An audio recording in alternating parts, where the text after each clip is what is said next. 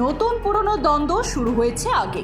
এই দ্বন্দ্ব আদতে তৃণমূল সুপ্রিমো মমতা বন্দ্যোপাধ্যায় বনাম অভিষেক বন্দ্যোপাধ্যায়, যা নিয়ে দলের অন্দরে ফিসফিসানি শোনা গিয়েছিল বহুবার।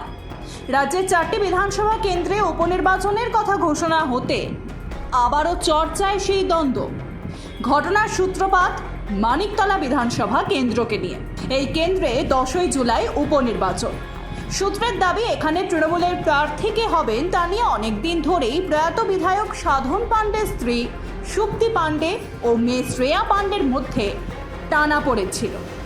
শেষ পর্যন্ত সুপ্তির নামে মমতা বন্দ্যোপাধ্যায় সবুজ সংকেত দিয়েছেন বলে সূত্রের খবর। আর তারপরে ক্ষোভ উগরে দেন শ্রেয়া, যার নিজেরও এই কেন্দ্রের প্রার্থী হওয়ার সুপ্ত বাসনা ছিল বলে সূত্রের দাবি। তিনি বলেন, আমার মনে হয়েছিল আমার নামটা আলোচনা হতে পারে, কিন্তু আমার নাম নিয়ে আলোচনাই হয়নি। আমি দলের ক্ষুদ্র কর্মী।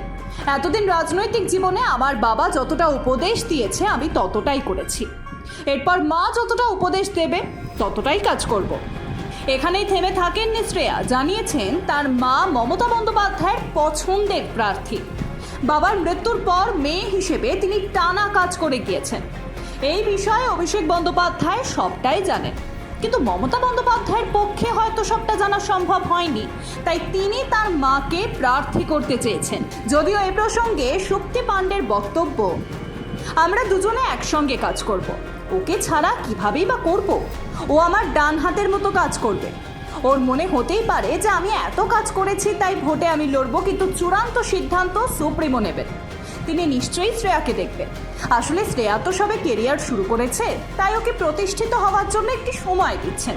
এদিকে এরই মধ্যেই রাজনীতি থেকে ছোট বিরতি নিয়েছেন অভিষেক বন্দ্যোপাধ্যায়।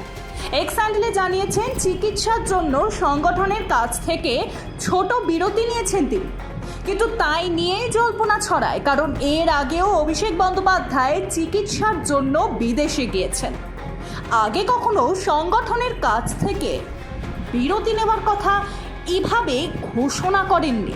প্রশ্ন উঠছে, অভিষেক কি শ্রেয়াকে প্রার্থী করতে চেয়েছিলেন, কিন্তু মমতার সুপ্তিকে প্রার্থী করায় তাদের মধ্যে কি দ্বন্দ্ব তৈরি হয়?